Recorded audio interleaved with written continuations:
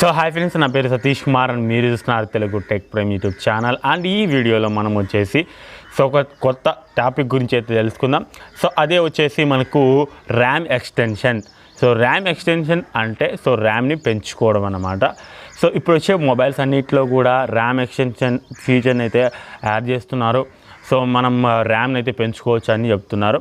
So ఇది ఒక business trick అని చెప్పుకోవచ్చు, లేదంటే ఒక మార్కెట్ జిమ్మిక్ అని చెప్పుకోవచ్చు. సో ఇది ఎలా వర్క్ అవుతుంది అనేది ఇవాళ వీడియోలో చూద్దాం.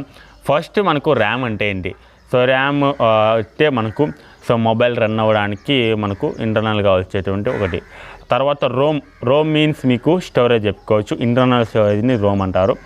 సో మనకు 64, 32, 128 GB. సో ఇవన్నీ కూడా మనకు రోమ్ అని చెప్పుకోవచ్చు. స్టోరేజ్ వేరియంట్ని రోమ్ అంటారు. సో ఇప్పుడు ఈ ర్యామ్ ఎక్స్టెన్షన్ అనేది ఎలా వర్క్ అవుతుంది అంటే, సపోజ్ మీకు 6 GB ర్యామ్ 128 GB రోమ్ ఉందనుకోండి. సో రోమ్ అంటే మీకు ఆల్రెడీ చెప్పాను కదా, స్టోరేజ్ 128 GB స్టోరేజ్.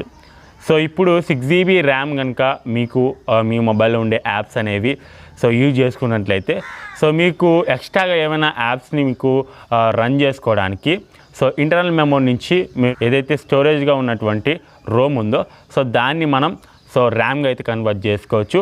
కన్వర్ట్ చేసుకొని ఏవైతే యాప్స్కి మనం యూజ్ చేసుకోవాలనుకుంటామో ఆ యాప్స్కి అయితే యూజ్ చేసుకోవచ్చు. 6 GB మనం అదేవిధంగా మళ్ళీ ఇంటర్నల్ మెమరీ నుంచి వచ్చేటువంటి ర్యామ్ని కూడా మనం యూజ్ అయితే చేసుకోవచ్చు.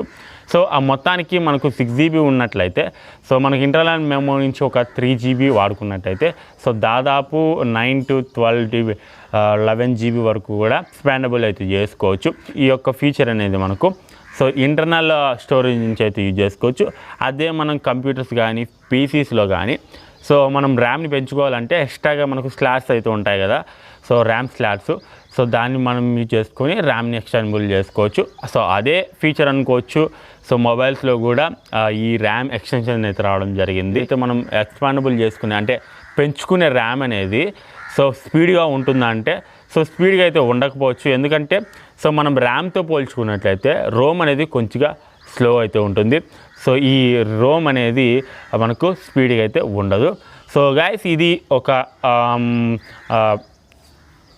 ఇది ర్యామ్ ఎక్స్టెన్షన్ గురించి. ర్యామ్ ఎక్స్టెన్షన్ అంటే ఇంటర్నల్ స్టోరేజ్ ఉండే కొంచెం బాగానే మనం ర్యామ్గా అయితే కన్వర్ట్ చేసుకోవచ్చు.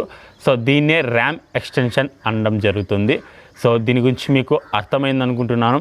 వీడియో నచ్చినట్లయితే లైక్ చేయండి. ఛానల్ని సబ్స్క్రైబ్ చేసుకోకపోయినట్లయితే సబ్స్క్రైబ్ చేసుకోండి.